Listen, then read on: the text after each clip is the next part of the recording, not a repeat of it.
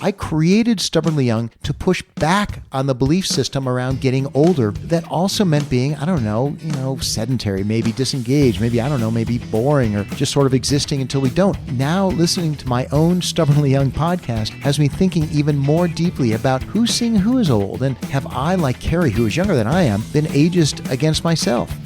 Hello and welcome to episode 7 of the Stubbornly Young podcast. I'm your host, Dave Tabor. This episode comes from a blog I was writing called I Have Been Ageist Against Myself. I decided to modify it and share it with you as episode 7. I'm glad you're listening, and by the way, this post results from my listening to this podcast too. Yes, I'm the host. I'm also an avid listener. I know that sounds weird. You might wonder if I do that because I like the sound of my own voice, and I have been accused of that. Actually, though, as the host, I do listen to each episode. The first time is with a critical ear, what went well, what I could have done better, and then I listen again. I just listen as an audience member would, disassociated from the fact that I hosted it. And the Stubbornly Young podcast episodes are doing more than I expected for me. I thought I'd simply be bringing you content, but I found that since I'm also on this journey of being stubbornly young, I've been learning a ton from my guests, and I've become even more immersed in the topic. Recent guests have gotten me to reflect on the mindset of being stubbornly young, particularly the notion that older age as blocks of years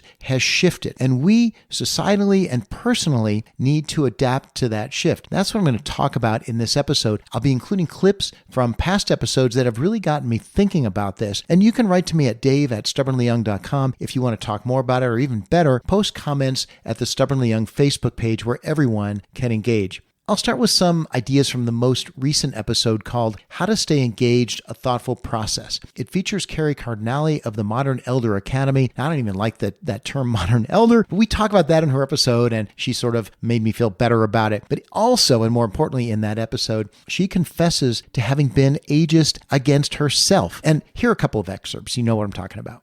And so here's the crazy thing, is that in the past 100 years, we've actually gained 30 extra years of life. So, the average lifespan is now somewhere around 78 years old and even older as we are healthier. But that was not the case 100 years ago. And the lifespan that we have gained is in the middle of our life. It's not that we're being elderly for 30 years. We're being young and vibrant and in our 50s and our 60s and our 70s and our 80s. We're still running around and working and doing all sorts of interesting things, but our language hasn't caught up and our mindset hasn't caught up to that.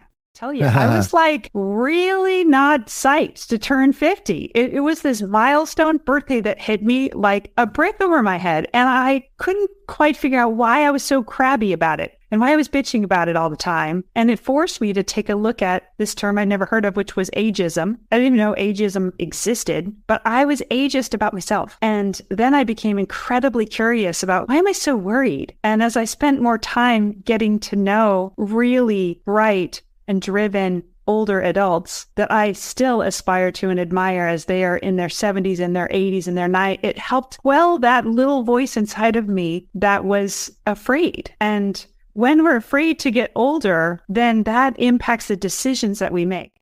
My guest from the Stubbornly Young episode before Kari's was Vanessa Liu. She also talked about how what was considered old has shifted to later years, imagining a block of time on a continuum labeled old age. And they don't want to be viewed as a demographic that is old and needs help. It's the complete opposite. They're like, no. What can we do for you? Like, we set the pace on so many areas, and we're going to continue doing so. And that is a framework that we're going to see that's going to shift. Children born nowadays can expect to live on average to 100. And if you think about that in terms of a lifespan and a health span perspective, it means that instead of having a 40-year career, you're probably going to be having a 60-year career.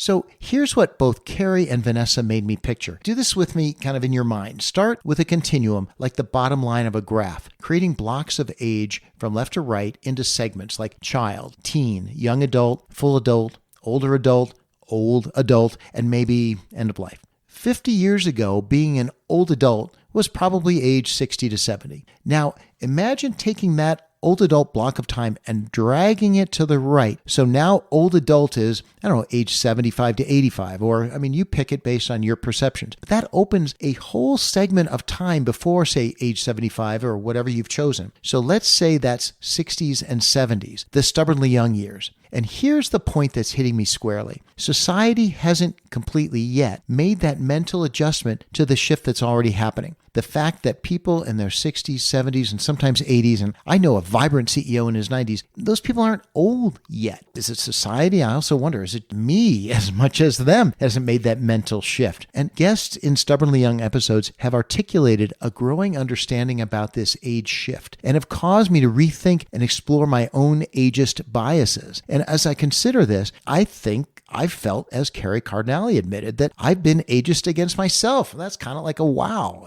I created Stubbornly Young to push back on the belief system around getting older that also meant being, sedentary, maybe disengaged, maybe boring, or just sort of existing until we don't. Now, listening to my own Stubbornly Young podcast has me thinking even more deeply about who's seeing who is old, and have I, like Kari, who is younger than I am, been ageist against myself and more worried about my age, maybe, than those around me? If I am, is that being conveyed to those whom I don't want to see me that way? It's a lot to think about. And I'm going to fall back on the 9 rules for being stubbornly young and continue to explore them in future podcasts. And here they are. Number 1, embrace the new world. And I've got a podcast about this, and I've also got a blog post about this on stubbornlyyoung.com. Number 2, consume thought-provoking content. 3, enjoy the outdoors and physical activity. Rule number 4, don't talk about medical conditions. Now, I promise more on this, and I will bring that to you soon because I know it's going to be controversial. Number 5,